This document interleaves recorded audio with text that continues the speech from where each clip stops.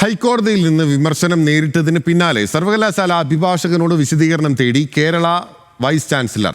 Registrar KS അനിൽകുമാറിന്റെ ഹർജിയിൽ എതിർ സത്യവാങ്മൂലം നൽകിയ അഭിഭാഷകനോടാണ് വിശദീകരണം തേടിയത്. ഇടതു സിൻഡിക്കേറ്റ് അംഗങ്ങൾക്ക് അനുകൂലമായ നിലപാട് അഭിഭാഷകൻ സ്വീകരിച്ചുവെന്നും കേരള VC ആരോപിക്കുകയാണ്. ഹാൻസ് ജോൺ വിവരങ്ങളുമായി ഒരിക്കൽ കൂടി നമുക്കൊപ്പം ചേരുകയാണ്. ഹാൻസ്, അഭിഭാഷകനോട് ഇപ്പോൾ അദ്ദേഹം സത്യവാങ്മൂലം സമർപ്പിച്ചതിലുള്ള പിഴവാണ് ഈ വിമർശനം നേരിട്ടതിന് പിന്നിൽ എന്ന് വരുത്തി തീർക്കാനാണോ VCയുടെ ശ്രമം?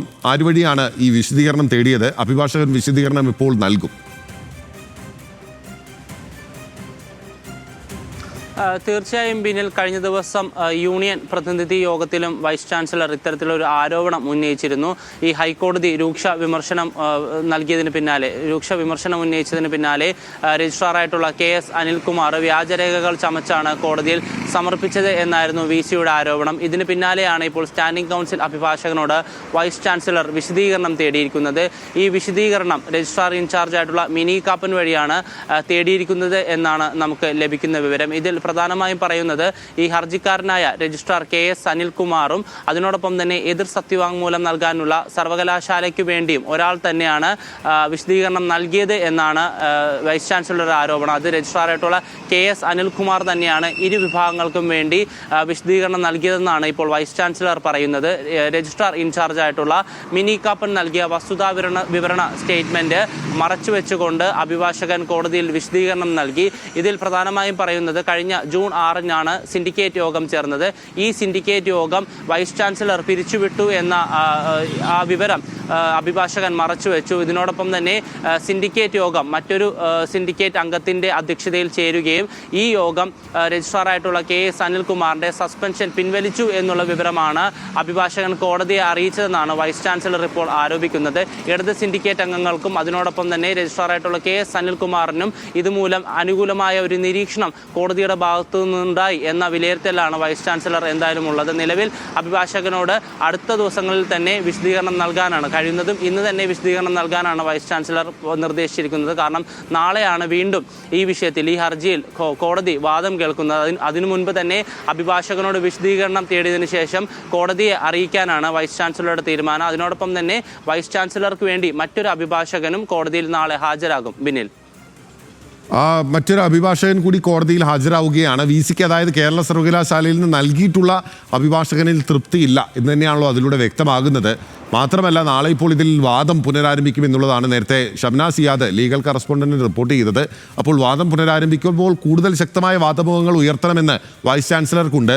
പക്ഷേ അവിടെ വളരെ പ്രധാനപ്പെട്ട ചോദ്യമാണല്ലോ ഹാൻസ് ഹൈക്കോടതി ചോദിച്ചിരിക്കുന്നത്. സിൻഡിക്കേറ്റിനെ ആകെ റദ്ദ് ചെയ്തുകൊണ്ട് അതിനൊരു അധികാരവുമില്ല എന്ന് പറഞ്ഞുകൊണ്ട് പ്രവർത്തിക്കാൻ ഈ വൈസ് ചാൻസലർക്ക് എങ്ങനെ സാധിക്കുമെന്ന സുപ്രധാന ചോദ്യം അവിടെ നിലനിൽക്കുകയാണല്ലോ. അപ്പോൾ മറ്റൊരു അഭിഭാഷകനെ വെച്ചാലും അതിനെങ്ങനെ മറികടക്കും? ആ ചോദ്യത്തിന് എന്ത് മറുപടി പറയും എന്നൊരു പ്രധാനപ്പെട്ട ചോദ്യം ഇപ്പോൾ നിലനിൽക്കുന്നുണ്ട്, അല്ലേ ഹാൻസ്?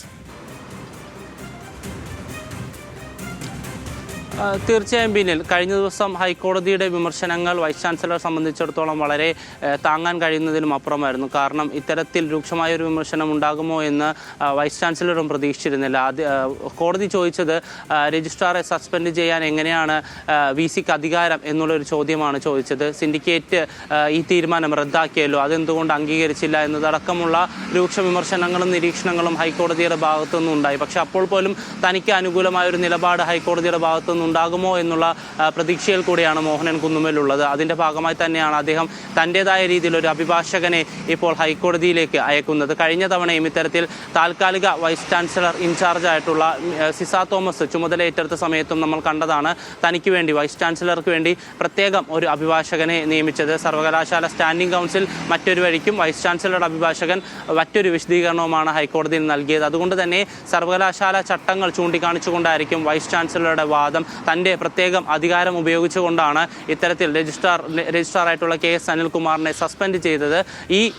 ഈ തീരുമാനം സിൻഡിക്കേറ്റിൽ റിപ്പോർട്ട് ചെയ്യുക മാത്രമാണ് സർവകലാശാല ചട്ടപ്രകാരം ഉള്ളത് എന്നതടക്കമുള്ള വാദങ്ങളായിരിക്കും നാളെ എന്തായാലും ഈ വിഷയത്തിൽ വൈസ് ചാൻസലർ ഉന്നയിക്കുക. പക്ഷേ ഈ വിഷയത്തെ സർവകലാശാലയും അഥവാ സ്റ്റാൻഡിംഗ് കൗൺസിലും രജിസ്ട്രാറായിട്ടുള്ള KS അനിൽകുമാറും ശക്തമായി എതിർക്കും എന്നുള്ളതിൽ സംശയമില്ല. കാരണം രജിസ്ട്രാറായിട്ടുള്ള KS അനിൽകുമാർ പറയാൻ പോകുന്നത് നിയമനാധികാരി സിൻഡിക്കേറ്റ് സിൻഡിക്കേറ്റ് ആണ്.